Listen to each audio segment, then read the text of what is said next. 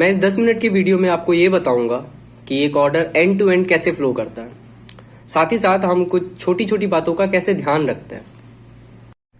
मान लीजिए कस्टमर ने कोई ऑर्डर प्लेस किया, चाहे वो कॉल सेंटर से किया हो या फिर कस्टमर ऐप से, या फिर हो सकता है कि कस्टमर ने आईवीआर के थ्रू ऑर्डर प्लेस किया। चलिए आइए देखते हैं आगे क्या होता है। Start recording. मान लीजिए कस्टमर फोन नहीं पिक करता है, तब हम क्या करेंगे? तब हम ऑर्डर को अनअसाइन कर देंगे और उस टाइम पर आप सही ऑप्शन चूज करके ऐप को अपडेट करेंगे। इस टाइम पर कस्टमर को नोटिफिकेशन भी जाएगी और कॉल सेंटर को कस्टमर के ऑर्डर पर भी दिखेगा। अब हो सकता है कि कॉल सेंटर कॉल करे कस्टमर को कंफर्म करने के लिए। नोट करिएगा कि कॉल सेंटर सब अनअसाइन ऑर्डर को कॉल नहीं कर सकती है।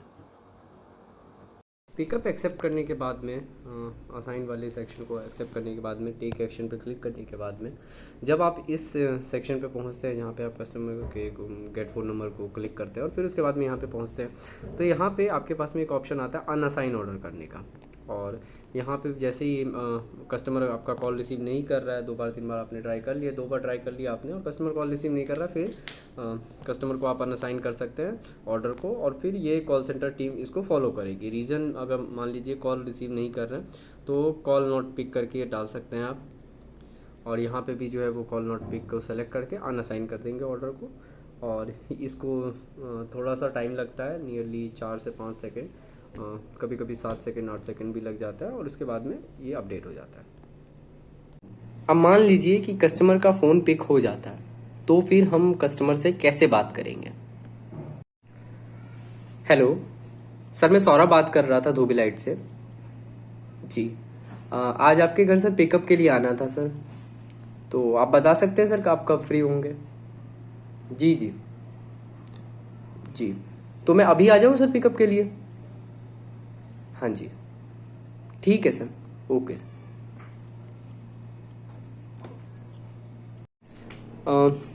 मानिए कि अब जो है वो कस्टमर का 2 घंटे पहले पिकअप टाइम था, मगर वो कस्टमर का जो है वो डिले हो गया है पिकअप, और उसके बाद मैं कस्टमर को कॉल कर रहा हूँ, तो फिर मैं कैसे करूँगा। हाँ, उसके लिए नॉर्मली मैं ऐसे बात करूँगा। हेलो सर, मैं सौरभ बात कर रहा हूँ धोबी लाइट से जी। सर आपका 2 घंटे पहले पिकअप होने वाला था, मगर हमारे रनर्स जो हैं वो लीव पे थे, उस वजह से जो है वो आपका पिकअप डिले हो गया। बट अभी सर मैं अवेलेबल हूँ और आपके सोसाइटी से 10 मिनट की दूरी पे ही हूँ, तो अगर आप अभी अवेलेबल होंगे तो मैं अभी आ जाता हूँ सर पिकअप के लिए। जी जी ओके सर, मैं आ जाता हूँ। ठीक, थैंक यू सर। अब मैं कस्टमर के पिकअप टाइम से पहले कस्टमर को कॉल कर रहा हूँ। हेलो सर, मैं सौरभ बात कर रहा हूँ धोबी लाइट से जी। आपका पिकअप शेड्यूल हुआ था सर 2 बजे के करीब में, पर अभी मैं आपके सोसाइटी के जस्ट बाहर ही हूँ, 5 मिनट की दूरी पे। तो अगर आप अभी अवेलेबल होंगे तो मैं अभी आ जाता हूँ सर। जी ठीक है सर, मैं आ जाता हूँ। Okay sir, thank you sir.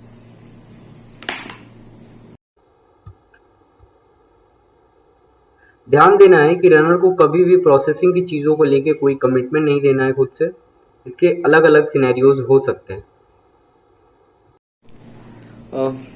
Sir मैं ऊपर ऊपर से कपड़े चेक कर लेता हूँ कि कोई दाग या कोई कोई मेजर प्रॉब्लम तो नहीं है।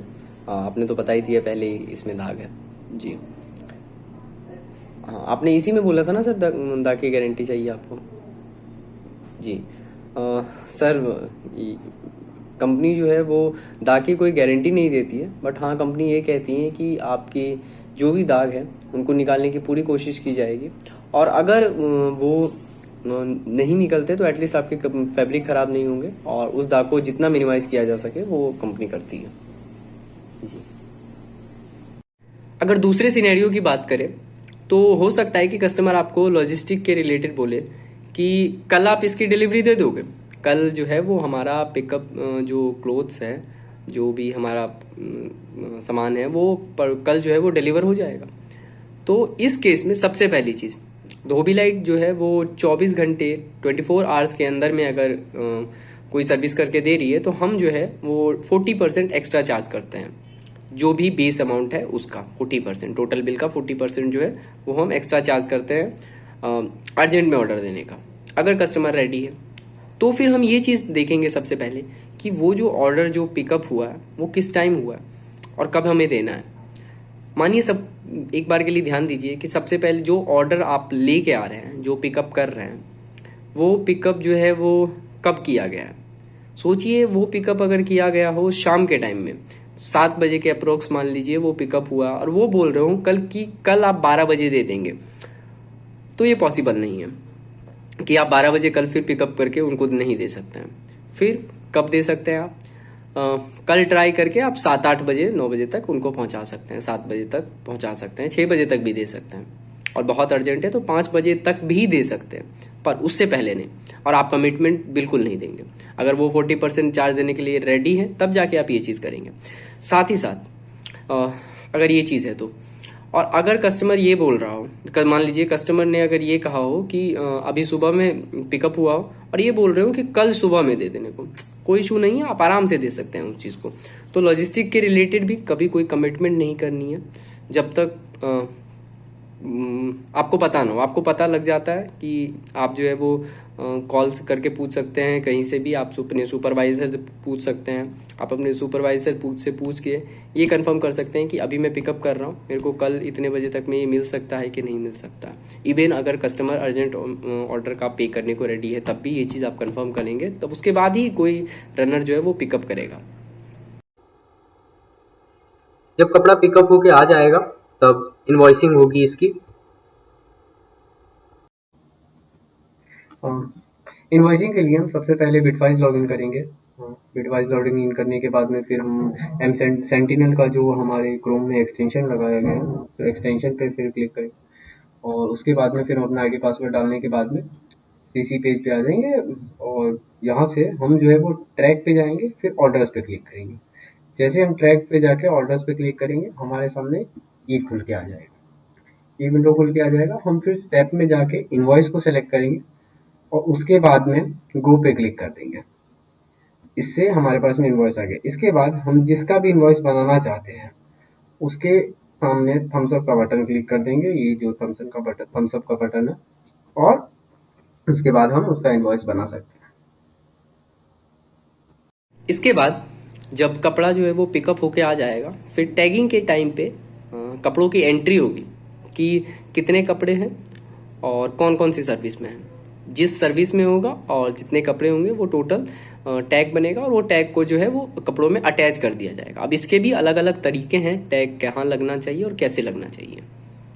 जैसे मैंने आपको बता ही दिया कि इसके अलग अलग तरीके हैं, किस कपड़े में कहाँ लगना चाहिए, नहीं लगना चाहिए। ये सबसे ज़रूरी सवाल हो जाता है, क्योंकि आप गलत जगह पे टैग लगा देंगे, पैकिंग मैन को पता ही नहीं होगा और वो ढूंढता रह जाएगा कि कौन से जगह पे टैग लगा हुआ है। उसका टाइम वेस्ट होगा, और इसके चक्कर में जो एक दिन में 300 कपड़े निकल रहे थे प्रोसेस होके, पूरा पैक वैक होके, वो आज हो सकता है कि इस टैग की वजह से, टैग के इशू की वजह से आज 250 ही निकल रहे हो।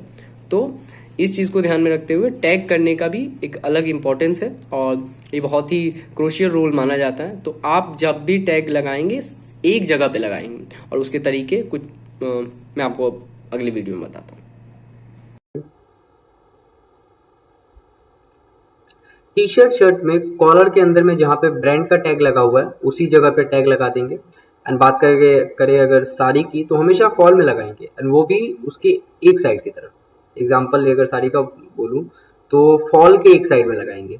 इन शॉर्ट ये समझिए और ध्यान दीजिएगा कि टैग हमेशा एक ही जगह पे लगाया जाएगा, ताकि पैक होने के बाद भी अगर पता करना हो कि किस कस्टमर का कपड़ा है ये, तो टैग बिना प्रेस खराब किए पता लग जाए।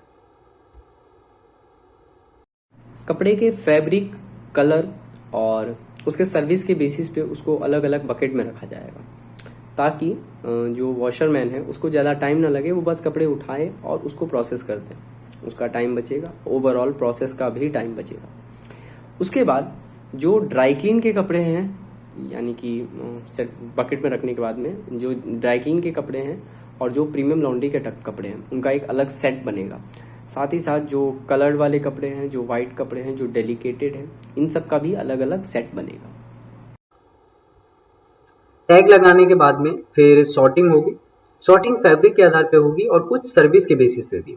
अगर सॉर्टिंग के टाइम पे कपड़े में कोई टॉर्न, फेड या फिर स्पॉट का इशू मिलता है तो फिर कस्टमर को प्रॉब्लम ऐप के थ्रू मैसेज डाला जाता है, एंड उसके टैग में क्रॉस का साइन लगा दिया जाता है कि ताकि आगे प्रोसेस में हमें पता रहे कि कपड़े में प्रॉब्लम थी और हमने उसे प्रोसेस से पहले ही नोट कर लिया था। हम प्रॉब्लम ऐप को खोलेंगे, प्रॉब्लम पैकिंग ऐप को खोलेंगे, तो उसमें हमारे पास में ये प्रोविज़न रहेगा कि हम टैगिंग और प्रॉब्लम स्लैश पैकिंग ऐप को, दो ऑप्शन है एक ही ऐप में, तो हम जो है वो सबसे पहले प्रॉब्लम ऐप पे क्लिक करेंगे, इस पर क्लिक करेंगे। हम जो है वो अगर हमें टैग आईडी याद है तो हम वो टैग आईडी सर्च कर लेंगे या फिर देख लेंगे। उसके बाद हमें प्रॉब्लम बताना है इस टैग आईडी के लिए या फिर पैकिंग बताना है, तो हमें जो है वो प्रॉब्लम बताना है अभी। तो प्रॉब्लम जाएंगे, क्या है इसमें, शर्ट है, शर्ट में क्या प्रॉब्लम है, मान लीजिए स्पॉट्स है, फेडेड है, अदर कलर है, कुछ प्रिंट इशू है या कोई फटा हुआ है, जो भी इसमें इशू है वो हम सेलेक्ट कर लेंगे। चलिए मैं अभी के लिए मान लेता हूँ कि फेडेड है, मैंने सेलेक्ट कर लिया, अब सेंड एसएमएस कर दिया, ये अपने आप चला गया है। अब मैं आपको अपने मैसेज में दिखाऊंगा कि कहाँ पे ये मैसेज आया है। मैंने अभी अपना ये मैसेज खोला है, तो उसमें मेरे को अभी ये लिख के आ गया है कि dry cleaners have found issue white shirt issue fade, if you want us to stop please inform in next 30 minute. तो हमें बोल रहा है कि इस कॉल पे, इस नंबर पे कॉल करके अगर हम चाहते हैं कि हम प्रोसेस ना करें तो इस नंबर पे कॉल करके स्टॉप कर देने के लिए। अब जो एसएमएस कस्टमर को जाएगा उसमें क्लियरली मेंशन रहता है कि इस क्लॉथ में spot slash torn slash faded का इशू पाया गया है। अगर आप चाहे तो हम प्रोसेस किए बिना क्लॉथ को रिटर्न कर देंगे। इन केस 30 मिनट के अंदर अगर कस्टमर का कोई रिप्लाई नहीं आता है तो दो सिनेरियो हो सकते हैं।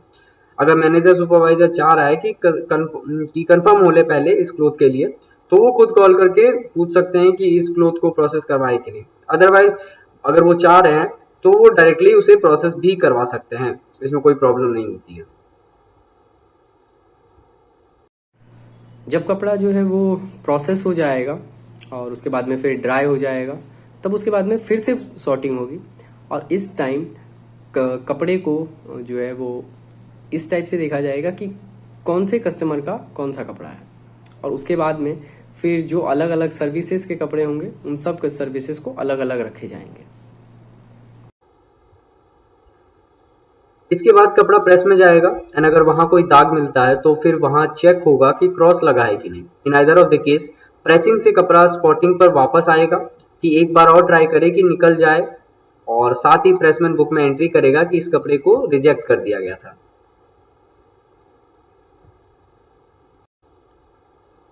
इसके बाद कपड़ा फिर से प्रोसेस होकर वापस प्रेसमैन के पास आएगा एंड इस टाइम अगर दाग नहीं निकला होगा तो फिर कपड़े के साथ स्टेन अलर्ट का टैग लगा के डिलीवर कर दिया जाएगा।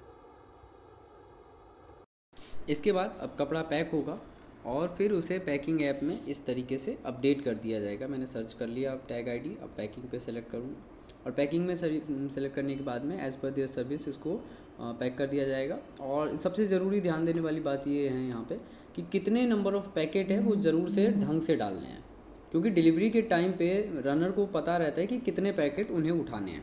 तो मैं मान लेता हूँ कि 2 पैकेट है, 3 पैकेट है मान लेता हूँ मैं, और जो भी है वेट इसका जो है वो मान लेता हूँ मैं 5 kg है।